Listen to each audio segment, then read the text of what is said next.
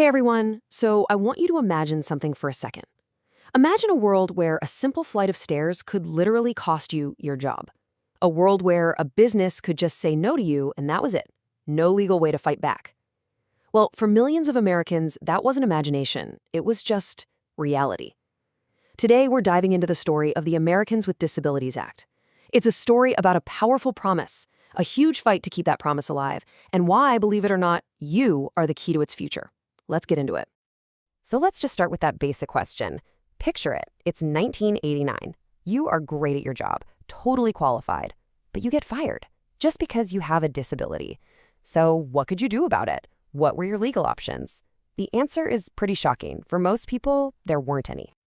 And look, this wasn't some small oversight. This was a massive, gaping hole in our country's civil rights laws. We had federal protections against discrimination because of race, religion, sex, age, but a comprehensive law for people with disabilities, it just wasn't there. I mean, the ADA itself even says it right here. People often had no legal recourse at all. So to finally fix this, Congress passed the Americans with Disabilities Act in 1990. And this wasn't just some minor adjustment. No, this was a sweeping, landmark piece of legislation designed to tear down the barriers that kept millions of Americans on the sidelines for generations. The ADA completely changed the game on what discrimination even meant. See, it wasn't just about someone intentionally being hateful. It was about the physical world, a building with no ramp. It was about dumb rules that were supposedly meant to protect people by actually just excluding them. And maybe most importantly, it was about inaction. Like a company's failure to make a simple, reasonable change. The law was designed to target every barrier, whether you could see it or not. So the ADA was built to unlock pretty much every door in public life. You had Title I, which was all about your job, making sure you're judged on your skills, not your disability.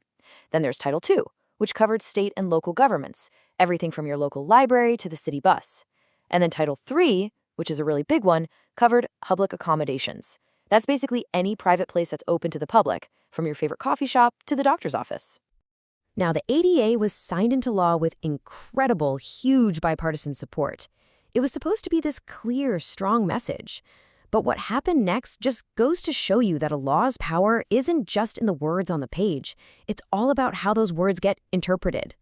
Throughout the late 90s and the early 2000s, a whole bunch of court decisions started to chip away at the law's foundation.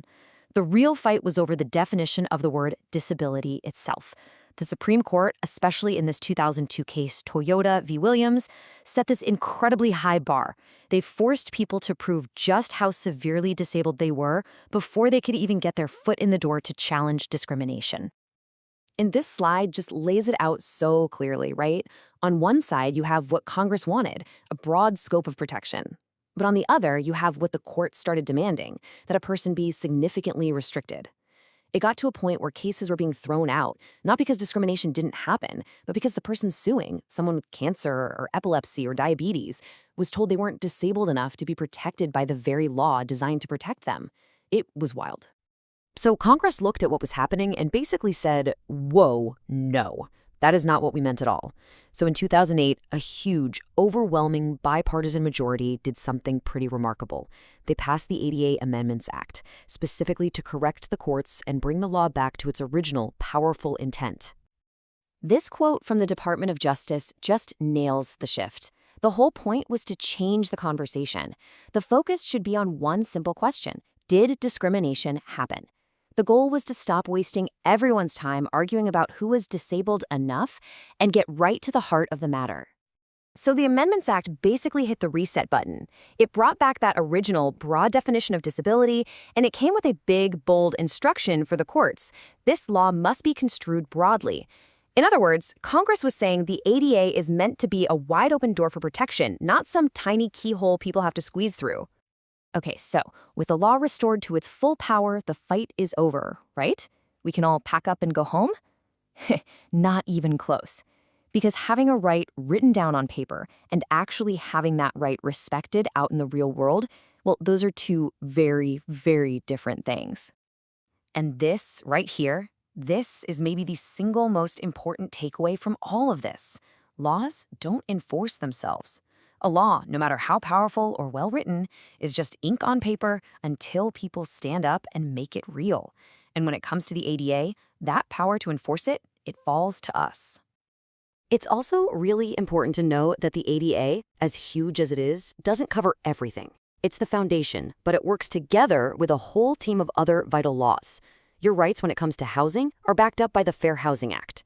Your rights on an airplane, that's the Air Carrier Access Act. In school, that's IDE. It's this whole patchwork of protections that work together. Now, here's something a lot of people get wrong. They assume that if a business breaks the law, the Department of Justice, or DOJ, is going to swoop in and fix it. But the reality is the DOJ has limited resources. They have to focus on the big, systemic issues, what they call a pattern or practice of discrimination. They're not necessarily investigating a single blocked doorway or one employee being denied a reasonable accommodation. So, what does that mean for everybody else? It means the primary enforcement mechanism for the ADA is you. The law was literally designed to be enforced by the very people it protects.